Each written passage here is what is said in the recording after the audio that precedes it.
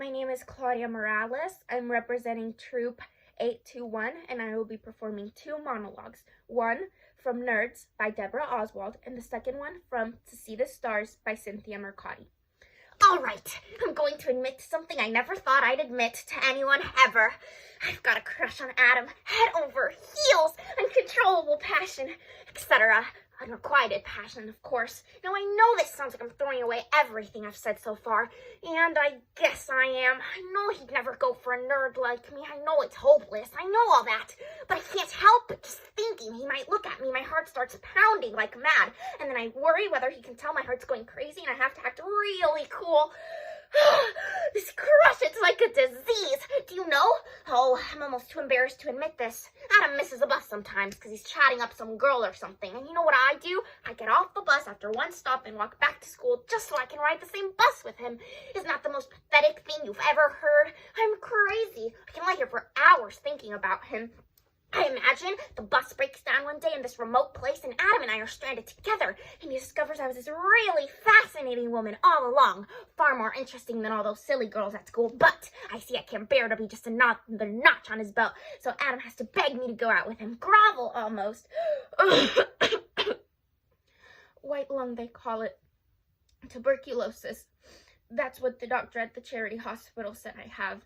He said it strikes people when their living is hard, when the body doesn't get enough nourishment.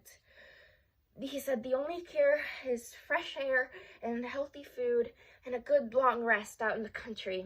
He might as well have told me to fly to the moon. My father has a push cart. He sells fruit. He says it's fresh, but it's not. But it's not bad. Just a day old, usually. Or maybe two. We take in boarders sometimes. We put mattresses on the floor, wall to wall. That's where the boarders sleep.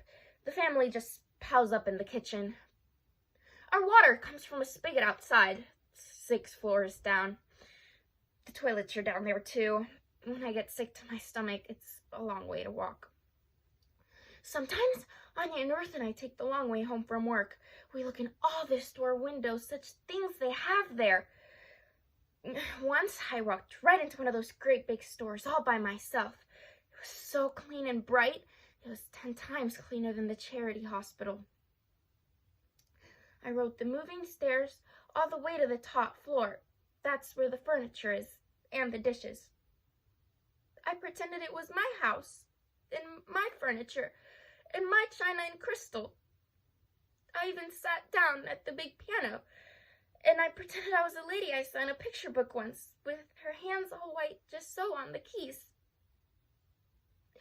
Then the floor walker saw me, and I went down the moving stairs, and out the door, and back to the east side.